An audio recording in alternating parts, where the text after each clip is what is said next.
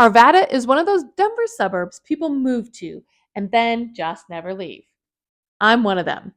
But I'll be honest with you, it's not the right fit for everyone.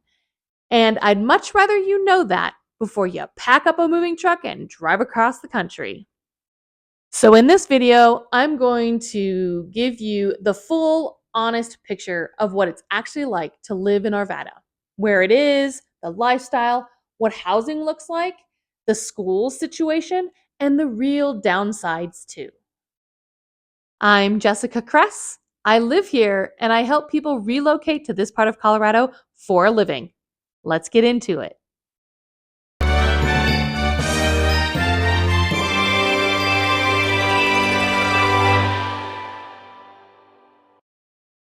First, location, because this is Arvada's biggest selling point.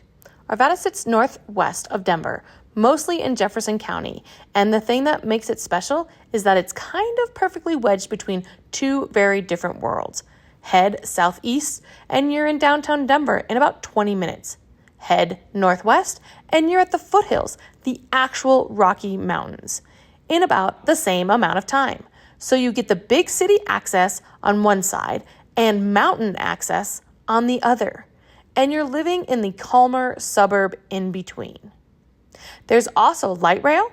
The G line runs from Olde Town straight into Denver's Union Station. So you don't even have to drive if you don't want to. Now, the lifestyle. This is the part that I could talk about all day. The heart of Arvada is Olde Town. It's this walkable, historic downtown with local restaurants, coffee shops, breweries, a farmer's market in the summer, and it's generally where the community shows up. There are seasonal events, live music, festivals. It's not a manufactured downtown center. It's the real thing. And then there's the outdoor side, which is honestly why a lot of us are here. And I want to call this out as a genuine selling point because Arvada does it better than most suburbs. There is an enormous amount of parks, open space, and trails here. Creek paths, green belts, big regional parks, off-leash dog parks, open spaces that just go on and on. I walk these trails pretty much every single morning. If being outside is part of your life, Arvada is built for it.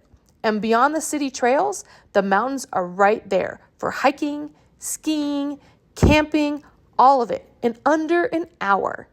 And you're plugged into everything Denver has going on. This is a serious sports town. Teams in basically every major men's league and a women's scene that's better than people realize. Pro soccer, rugby, ultimate frisbee, and flag football. Plus, Colorado is home to the women's U.S. volleyball team. And about 30 minutes away is Red Rocks, a concert venue carved right into the sandstone, which people fly in from all over the world to see. For us, it's just a Tuesday night thing. That's a pretty good deal. If your ideal weekend is a trail in the morning and a brewery patio in the afternoon, Arvada was kind of built for you. Let's talk housing, because what it's actually like to live here includes what can I live in. Arvada has a real range. On one end, you've got established older neighborhoods with mature trees and mid-century homes, closer to Olde Town and the eastern side. On the other end, out toward the west, near the foothills, you've got newer developments with modern builds. So depending on whether you want character and location or newer construction and mountain views, there's a pocket of Arvada for that. I've got a whole separate video breaking down costs of living with real numbers coming out soon. So I won't throw figures at you here, but keep an eye out for that one. A lot of you moving here are asking about schools. Here's how I handle this, and I'll be straight about why. Arvada is served primarily by Jeffco Public Schools in Jefferson County, with a small portion in Adams County districts on the eastern edge. I'm not going to sit here and rank schools for you because honestly, what's right is specific to your kid and your situation. What I point you to instead are third-party rating sites, and better yet, actually touring the specific schools you're considering. I'm happy to tell you which district serves a specific address. Just ask. Colorado is also a school choice state, and I made a video on that. I will link it here. I will also put in a link to the third-party sites. Okay, the part most agents skip, the downsides, because there are some. 1. Cost. Colorado and the Denver metro generally isn't the cheap place it was 15 years ago. Depending on your price point, this can be a competitive market. 2. Traffic on some of the main corridors during rush hour is real. The commute into Denver is easy on paper, but the peak time reality can test you. 3. The weather will keep you humble. It's sunny a lot, that part's true, but we get snow that can show up in May.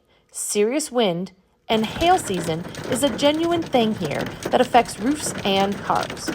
And in late summer, wildfire smoke, often drifting in from fires hundreds of miles away, can settle over the Front Range and give us a smoky haze and air quality alert days. The mountains you moved here for can disappear behind it for a stretch. It's not consistent, but if anyone in your house has asthma or respiratory issues, look into it before you commit.